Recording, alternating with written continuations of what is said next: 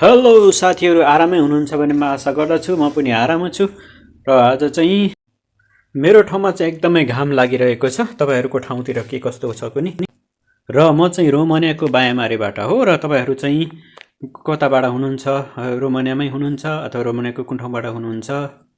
र मेरो ड्युटी जाने बाटो चाहिँ यस्तो खालको छ। म चाहिँ सहरमा नभएर गाउँमै बस्छु। लामो समयको चिसोपछि फेरि पनि यसरी बाटोको छेउछेउमा रुखहरू बिरुवाहरू हरियोहरू हुन लागिरहेको छ। ओखरको बोटो नि छ, यो पात पलाउन थालिसक्यो। यस्तो छ, यस्तो राम्रो ठाउँ छ यहाँनिर। दायाँ बायाँ स्याउहरू फुलिरहेको छ। फल्ने बेला हुँदैछ, अब चाँडै नै फल्नेवाला छ। त्यो भएको कारणले गर्दा आजभोलि चाहिँ हिँड्नको लागि एकदमै रमाइलो छ। बाटो दायाँ बायाँ फुलहरू अनि फलफुलहरू प्रशस्त मात्रामा छ। यहाँ स्याउ फुलिरहेको छ यहाँनिर। यो चाहिँ कसैको बारीमा त्यतिकै रोपेर छोडेको हो। यो पछि टिपेर खानु पाइन्छ।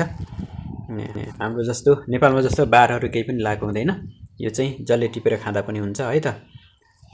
यस्तो छ, यो स्याउ हो। यो पनि यहाँ तल अब रोड काटेर जानुपर्छ। आउनुहोस् म देखाउँछु है त। यहाँनिर दायाँ बायाँ कम्पनी छ। यो सम्झिँदाखेरि, यो देख्दाखेरि चाहिँ नेपालको धेरै नै याद आउँदो रहेछ। यदि मेरो देशमा पनि अथवा नेपाल देशमा पनि यसरी नै प्रशस्त मात्रामा कम्पनीहरू भएको भए परिवार, आफ्नो देश सबै थोक छोडेर यसरी आउनु पर्दैन थियो होला। आशा गरौँ हाम्रो नेपाल देशमा पनि यस्तै हुनेछ। यो चाहिँ एउटा पानीमा चलाउने बोट हो, सायद बिग्रेको भएर यहाँ राखेको हुनसक्छ। यहाँनिर बाटोको छेउमा खाजा खाने ठाउँ, यो पनि एउटा कम्पनी हो। म चाहिँ यो बाटो काटेर, यो गाडीहरू कुदिरहेको छ, यो चाहिँ मेन रोड हो। यसबाट काटेर पारिपट्टि जानुपर्छ।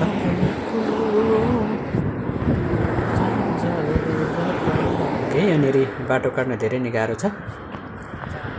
यहाँनिर अब नेपालमा जस्तो जहाँ पायो त्यहीँबाट बाटो काट्नु पाइँदैन। यहाँनिर फेरि जेब्रा क्रसिङहरू पनि छैन, रेड लाइट पनि छैन। त्यो भएको कारणले गर्दा निकै गाह्रै हुने गर्दछ।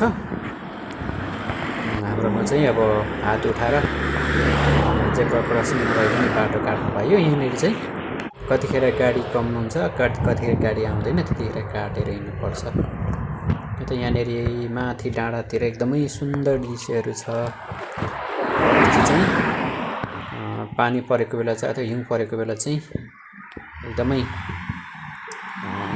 त्यो चाहिँ पानी थिएन, मरेको जस्तो देखिन्थ्यो। डाँडा कस्तो नराम्रो देखिन्थ्यो, अहिले चाहिँ एकदमै राम्रो सुन्दर देखिरहेको छ।